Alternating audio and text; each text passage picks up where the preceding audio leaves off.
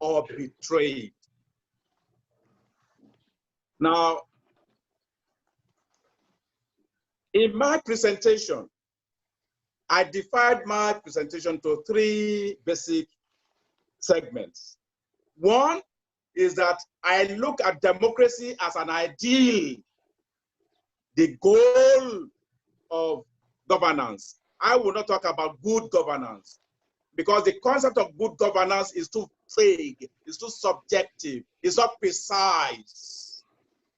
And it tends to take after the liberal democracies in the Western world. And the arrangement of society in the Western world does not actually meet my own dream. So I will use the concept of good democracy. But I see democracy as an ideal, as a goal to achieve. Second part is that I address the reality of Nigeria. If Nigeria is not a democracy, what actually is Nigeria? And lastly, I link the discussion to the COVID-19 funds that have been mobilized to pose the question whether or not the political arrangement we have will ensure that the masses of Nigeria benefit or do not benefit. So the first part, democracy as a dream. I always like to begin from the root of the word democracy, which is derived from 2 Greek words, demos, meaning people, and kratia, meaning rule. Democracy, therefore, literally means the rule by the people. It suggests a system of government that is determined, inspired, nurtured, and sustained by the decisions, the desires, the interests, the welfare, aspirations, and hopes of the majority. Such that where we have a society where the hopes and aspirations of the majority do not determine government actions and inactions, we cannot say that we have democracy. In short, democracy enables or should facilitate the fulfillment of socio-economic rights. And I would like to quote, I also use the popular definition of democracy by Lincoln: government of the people, by the people, and for the people. From that definition by Lincoln, I also want to take a recourse, just like Professor Ebenezer did, to the constitutional provisions. Section 14(2)(b) of the Constitution provides that the security and welfare of the people shall be the primary purpose of government. If in that section 14(2)(b) we replace government by democracy, then that section will read, security and welfare of the people shall be the primary purpose of government, of democracy. In other words, if in any society, the security and welfare of the people are not guaranteed, we cannot claim to have democracy. And we must identify what is wrong. I also take a look at section 16(2)(b) of the Constitution. It provides that the state shall ensure that the material resources of the nation are annexed and distributed as best as possible to serve the common good. So where we have a society where the common good of the majority does not determine the actions and inactions of government, such a society cannot be described as being democratic. And lastly, as far as the Constitution is concerned, section 16(1)(b) of the Constitution provides that the state shall control the national economy in such manner as to secure the maximum welfare, the maximum freedom, and the maximum happiness of every citizen. Therefore, where the maximum welfare of ordinary people does not determine the actions and inactions of government, such a society cannot be said to be democratic. From the constitutional provisions that I have quoted, I pose the question, how do we measure democracy? And I say the measure of democracy is the abolition of material poverty and the guarantee of physical security. In other words, the end of democracy is welfare for ordinary people, is security of ordinary people. So I differ from that point of view from the colleague who said there is no end in state as far as democracy is concerned. I argue that the end of democracy is the well-being of ordinary people, the security of ordinary people.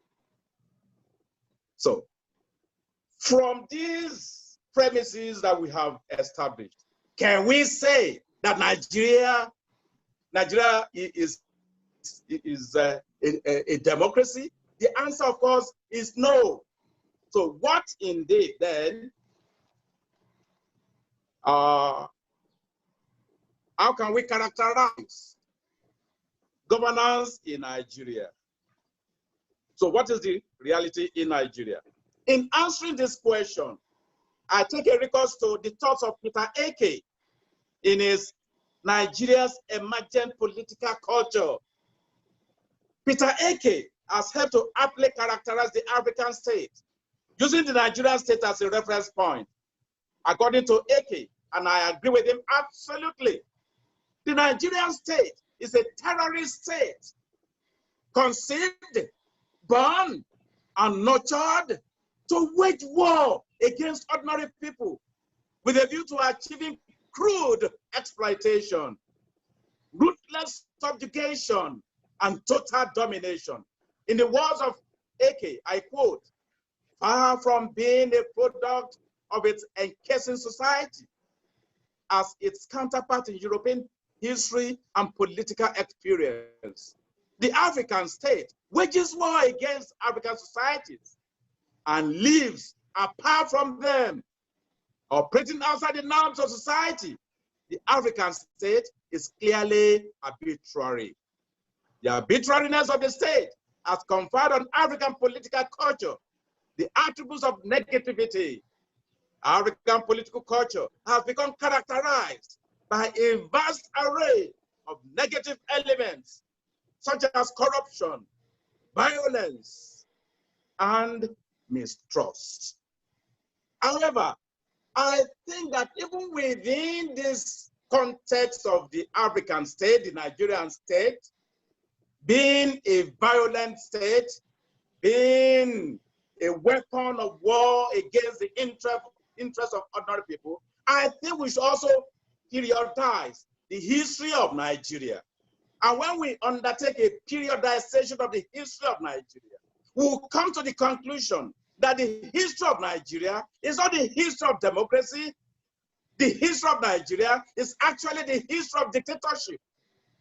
From colonial military rule, because colonization is military rule by external forces, to the internal military dictatorship. And of course, I agree with Professor Ebenezer, who says that what we have is actually not a democracy, but civilian rule.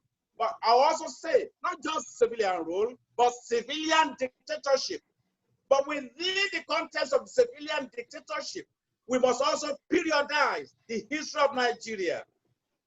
In the past, before 1986, we had a state that was concerned with the general welfare of ordinary people, that adopted a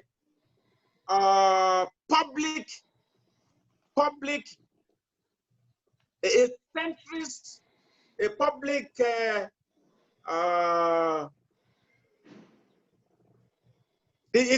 the public sector was regarded as the engine of growth. However, from 1986, pardon? You have 2 minutes more, sir. We'll come back to you. Okay. From 1986, there has been a paradigm shift from regarding the state as the engine of economic growth. The state successive government in Nigeria, have now perceived the state as being concerned with providing conducive atmosphere and shifting responsibility of the state to the private sector, regarding the private sector as the engine of growth. And I think this is the major reason why the poverty question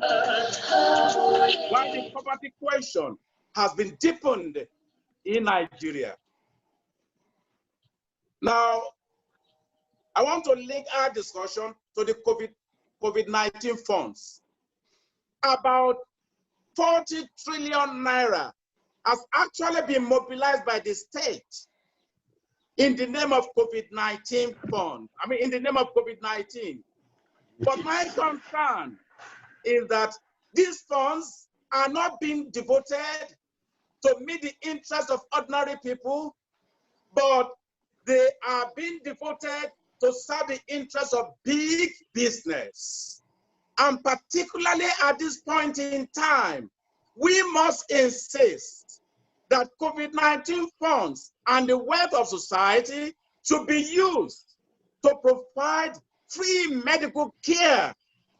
We should go further to criminalize and prohibit medical tourism, so that we insist that our hospitals should be upgraded, more hospitals should be built, more doctors and medical workers should be employed, and they must be paid desirable wages. If we observe in virtually all the states of the Federation, medical workers, including medical doctors, have been on strike, fighting for the provision of PPE, fighting for payment of wages, fighting against 25% wage cut, as it happened in Kaduna State. In Ekiti State, only about 3 medical doctors manage a hospital. So we need to identify with these medical workers who have been fighting to salvage the medical sector in Nigeria, and insist that the COVID-19 funds are used for the improvement of the healthcare system, to provide free medical care, and prohibiting our rulers from embarking on medical tourism. Unless we do this, wealth will continue to be concentrated in the hands of a few. Concentrated funds in the hands of a few will lead to political capture. Political capture will lead to further economic and political exclusion. We must resist this. Thank you for your attention. Thank you, sir. Thank you, sir. Thank you so much, Comrade Femi Aborisade. For that socialist perspective, we shall come back to